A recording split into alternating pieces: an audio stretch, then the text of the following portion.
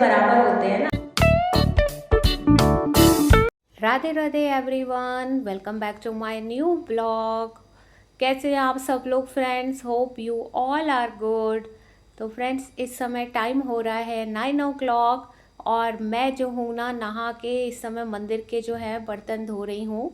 आज बच्चे जैसे ही निकले हैं मेरे दोनों, जैसे ही एक 7:30 निकला है, एक 7:45 निकला है, तो मैंने बस थोड़ा बहुत बेड वगैरह क्लीन करा है और उनके जाने के बाद एक कप चाय जो मैं हमेशा उनके जाने के बाद आराम से पीती हूँ, तो मैंने कहा उसके बाद मैं नहा लेती हूँ, क्योंकि फिर हस्बैंड नहाने चले जाएंगे।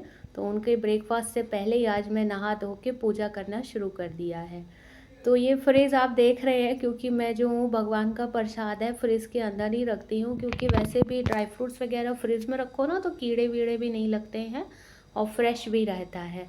चलो जी, पूजा करते हैं। भगवान जी का प्रसाद निकाल लिया है, उनका आसन साफ कर दिया, उनके बर्तन धुल चुके हैं।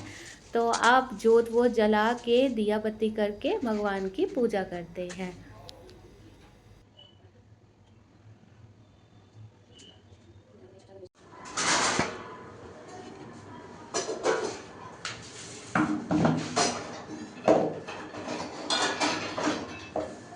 ये राइस फ्राई करे थे, ले जाओगे टिफिन में? हाँ, पराठा बनाओ इसके लिए। सॉरी, पराठा बनाओ। चटनी रख दो तो। सिर्फ ये राइस ले जाओगे? थोड़े नहीं है? अरे बहुत है भाई, रायता डाल दो।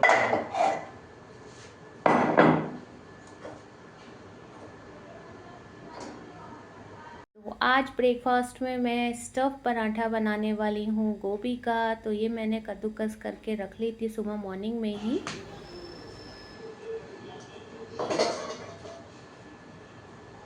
एक पराठा डालना है टिफिन में? नहीं, एक ही खाओगे?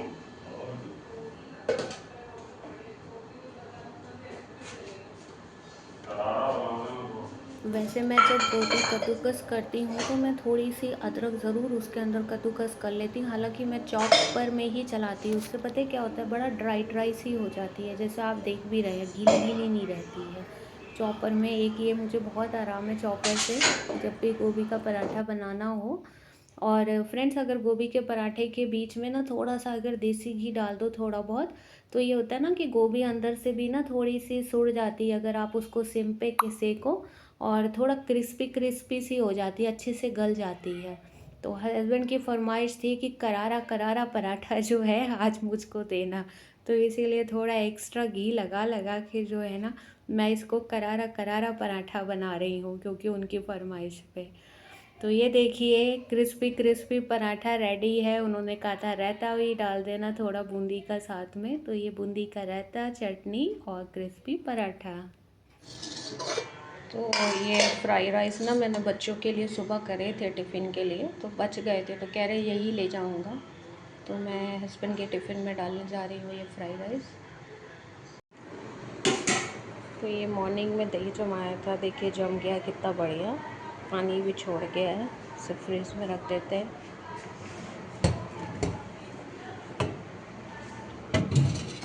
ये सुबह बच्चों को छोड़ने गए थे, तो मैंने कहा राई ले आना, राई ख़त्म हो गई थी पैकेट।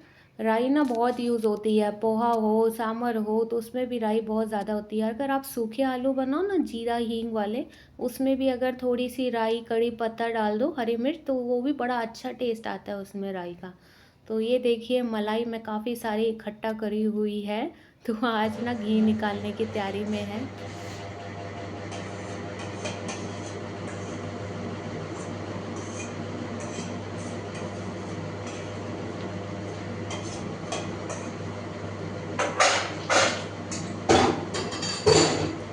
एक टेक्निक थी, वो वीडियो मैंने भेजा नहीं, मक्खन डालो कुकर में, तो पता नहीं क्या कर रहे थे, ये डालो वो डालो, सीटी लगा अपने आप निकल गया।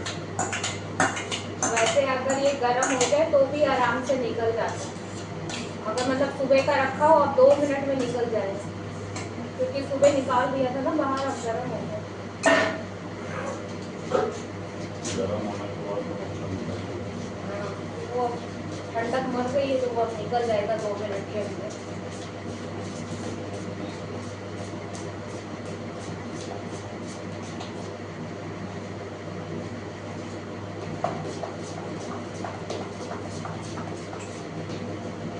सुबह उठते ही मैंने मलाई ना बाहर रख दी थी फ्रिज के, ताकि एक आध घंटे में ये थोड़ा ना नॉर्मल हो जाए। तो देखिए फटाफट इसका जो है बटर निकल आया और दूध अलग हो गया है।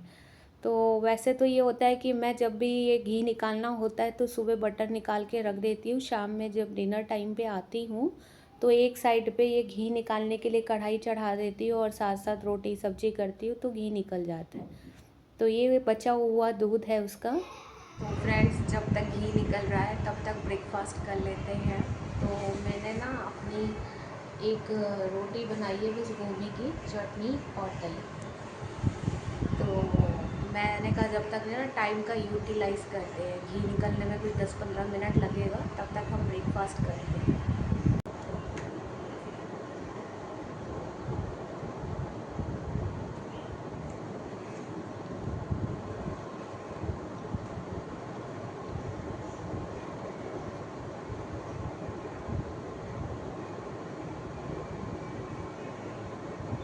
लग रहा है घी बोल के गिर ना जाए। इस समय टाइम हो रहा है 11:10 और 5 मिनट का रन है मेरे छोटे वाले बेटे को स्कूल का। तो अब चलते हैं छोटे वाले को घर लाने। मैं कई बार कहती हूँ कि तुम्हें ना टीचर ने और रखना चाहिए था, कम से कम 12 बजे तक तो रखे, क्योंकि हमको लगता है कि अभी छोड़ कर आए हैं, जैसे ही काम मुश्किल से काम निपटता है तब तक इनके लाने का ना टाइम हो जाता है। तो ये हर मदर की प्रॉब्लम होती है कि हमारा काम नहीं निपट पाता, हमारे छोटे छोटे वाले ना घर आ जाते हैं। तो फिलहाल चलते हैं उसको लेने के लिए।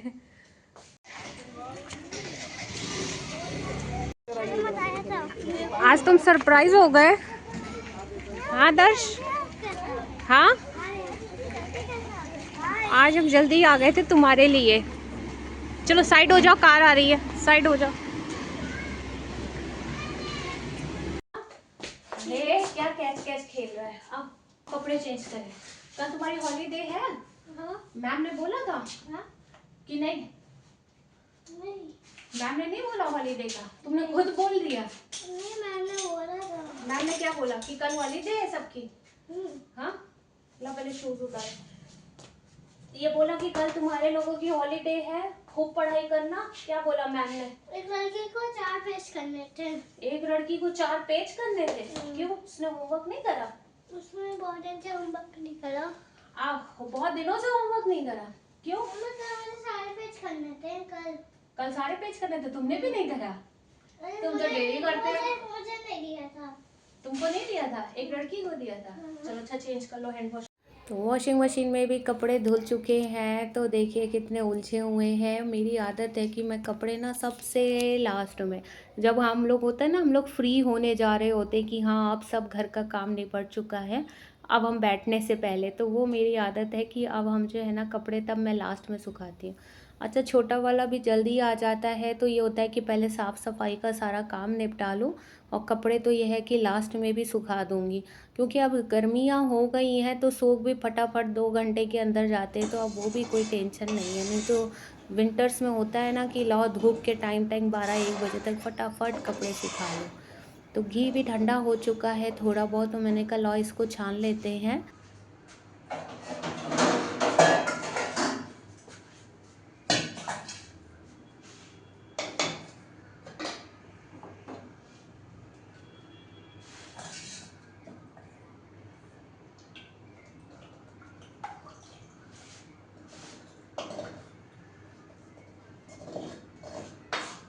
तो बेटे की फरमाइश थी कि मम्मा कल ना पापा कॉर्न लेकर आए थे, आपने कॉर्न नहीं बना के दिया। मैंने कहा अच्छा चलो ठीक है, अभी मैं नीचे जा रही हूँ किचन में, तुम्हारे लिए कॉर्न बना के लाती हूँ। तो ये एक कॉर्न है, तो मैं और बेटा ना शेयरिंग करेंगे। मैं अभी छोटा है तो मैं उसको पूरा देती भी नहीं हूँ, क्योंकि कहीं पेट वेट में दर्द ना हो, इस वजह से भी।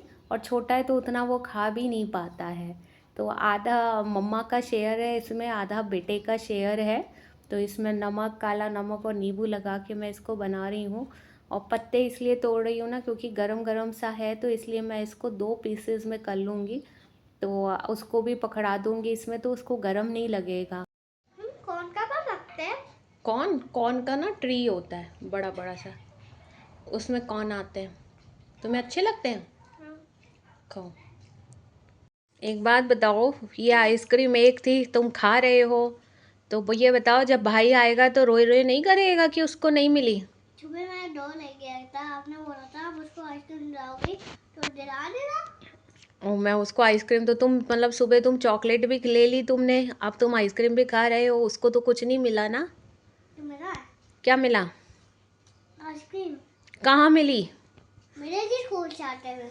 अच्छा, फिर तुम रोगे तो नहीं हम उसको आइसक्रीम खिलाएंगे तो? नहीं। तुमको आइसक्रीम बहुत पसंद है? हाँ। तुमको हर चीज़ बहुत पसंद है, चॉकलेट, आइसक्रीम। चलो गिराओ नहीं, सीधे बैठ के खाओ। देखो प्लेट तो नीचे जा रही है।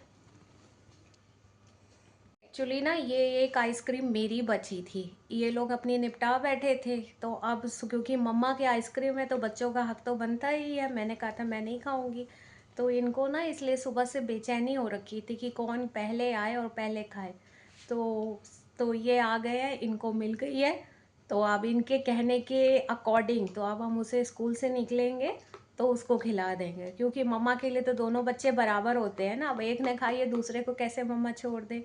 तो ये मेरा शेयर था जो एक ने निपटा लिया। सुबह से वो भी एक्साइटेड था कि दोपहर में आएंगे, जो मम्मा की आइसक्रीम है ना हम लोग हाफ हाफ खा लेंगे। तो फ्रेंड्स, अब है शाम का टी टाइम और बच्चे क्या कर रहे हैं, ये अपना मिल्क कर रहे हैं और वो अपना फिनिश कर चुके हैं। तो अब ये लोग जाएंगे पार्क में, थोड़ी देर साइकिलिंग करेंगे, कुछ प्ले करेंगे। तो अभी ये फिनिश कर लें, मैं भी चाय फिनिश कर लूँ, तो थोड़ी देर में पार्क चलेंगे। तो कैसे उसकी साइकिल फेंकी है इसने गंगेश, टूट नहीं जाएगी साइकिल? ये तुमने धिक्का दिया है इसको, अपनी नहीं निकालोगे? फुटबॉल खेलोगे? इसको पार्क के अंदर ले जाओ, मैं आती हूँ। गंगेश उतर के देखो देखो देखो देखो देखो दर्श, देखिए कितना प्लेजेंट मौसम हो रहा है, हल्की हल्की हवा चल रही है और बच्चे गए हैं पार्क। तो अभी मैं भी जाती हूँ उनके पीछे। आज बहुत प्लेजेंट मौसम है। तो अब है डिनर टाइम और आप देख रहे हैं कि मेरे हाथ में एक लौकी है जिसको मैं बॉल की तरह उछाल रही हूँ।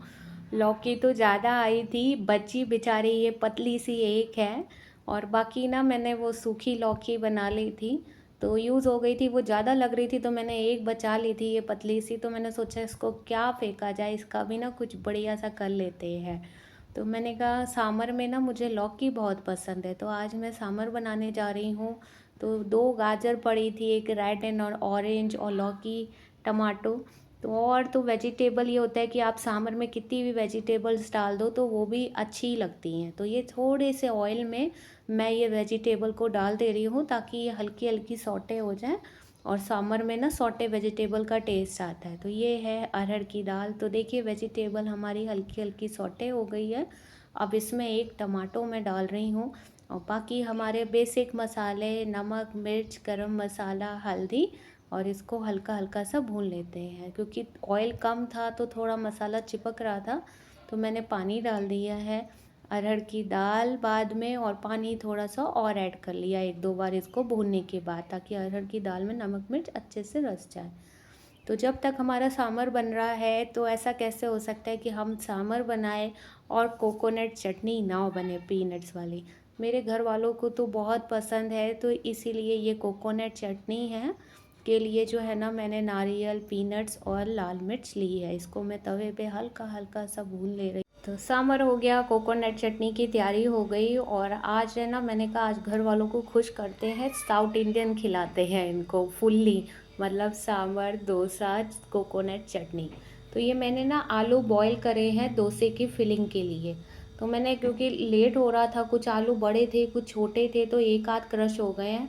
तो कुकर भी मैंने धो के रख दिया क्योंकि खाली बॉयल था। मैंने कहा सुबह यूज़ हो जाएगा, ज़्यादा बर्तन हुए तो हमारी मेड भी बेचारी भाग जाएगी कि भाभी बहुत बर्तन करती है। तो ये आलू मैं मैश कर रही हूँ अच्छे से, बहुत दबा के मैंने आलू मैश नहीं करे थे, बिल्कुल हल्के हल्के से तोड़े थे। तो ये मैं जीरा, हींग, और जो मैंने सुबह मंगवाई थी स्पेशली इसीलिए मंगवाई थी राई, और बेसिक मसाले, ये मैं आलू का मसाला बना रही हूँ जो हम डोसे के अंदर फिलिंग बनाते हैं ना उसके लिए।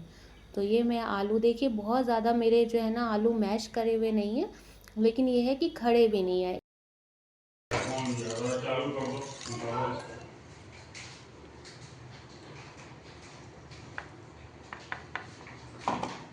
इसमें क्या ये क्या है? ये कोकोनट चटनी, तुम तो खाते नहीं हो। सामान आज तो दर्श के मजे हैं। इडली सामान चटनी चटनी। चटनी चटनी।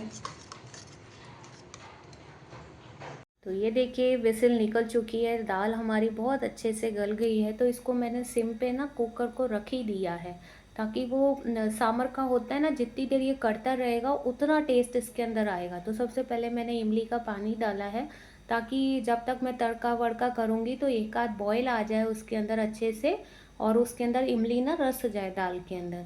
तो ये मैं तड़का बना रही हूँ, जीरा हींग राई, और ये हमारी लाल मिर्च मैं थोड़ी यूज़ करती हूँ, क्योंकि बच्चे वगैरह मेरे स्पाइसी नहीं खाते हैं। और ये देखिए मैं मसाला जले नहीं, तो इसको ध्यान रखते हुए थोड़ा तो ऑयल मैंने बहुत ज़्यादा गर्म नहीं करा था कि कहीं जल ना जाए एकदम से। तो ये मैंने तड़का लगा दिया है। देखिए कितना अच्छा कलर आया है इस समय सांभर का, कितना बढ़िया फर्स्ट क्लास लग रहा है।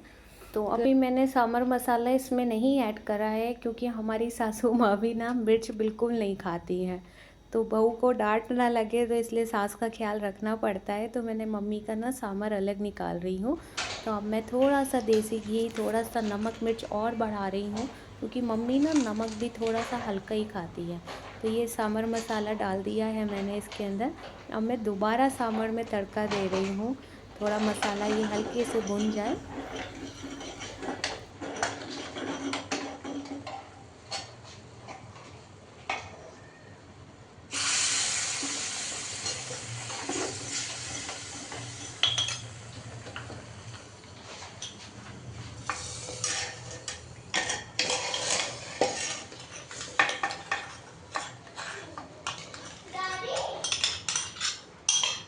अब जाके बहुत बढ़िया करके हमारा सांभर देखिए कितना अच्छा रेडी हो चुका है। ये है डोसे का बैटर जो मैंने मंगवाया था सुबह हस्बैंड से। तो ये इडली डोसा, इसमें दोनों चीज़ें बन जाती हैं। वैसे तो ये होता है ना कि कई बार मैं भिगो के भी बनाती हूँ, और कई बार होता है ना कि जल्दी फरमाइश हो गई किसी की, बच्चों की या हस्बैंड की कि यार डोसा वोसा खिलाना है, तो ये फिर मैं बैटर भी मंगवा लेती हूँ। ये बैटर के भी ना बहुत अच्छे डोसे उतरते हैं। तो मैंने एक दो बार पहले भी बनाए हैं।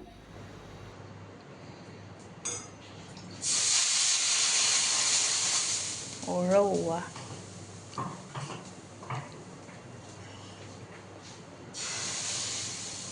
डोसा बनाने की टेक्निक पता है क्या होती है, कि हमारा जो तवा होता है वो तेज़ भी होना चाहिए और वो नॉर्मल भी होना चाहिए। जब हम बैटर को डालते हैं तो वो ठंडा होना चाहिए, और जब बैटर हम इसको डाल लेते हैं प्रॉपर तरीके से फैला लेते हैं, तो थोड़ी देर गैस तेज़ कर देनी चाहिए, ताकि ये अच्छे से जो है ना उसमें आँच हर जगह लग जाए, कहीं ऐसा ना कहीं कच्चा रह जाए, कहीं ना लग पाए। और फिर उसके बाद सिम कर देनी चाहिए 2 मिनट के बाद। तो उससे क्या होता है कि वो कभी भी चिपकता नहीं है और अलग अलग सा बनता है। तो ये है डोसे की फिलिंग जो मैंने आलू बनाए थे, और थोड़े से मैं ना ये प्याज और टमाटो भी चॉप कर लेती हूँ। इससे भी डोसा जब हम खाते हैं ना तो बहुत अच्छा फ्लेवर और टेस्ट आता है उसमें, प्याज और टमाटो का भी एक अच्छा सा।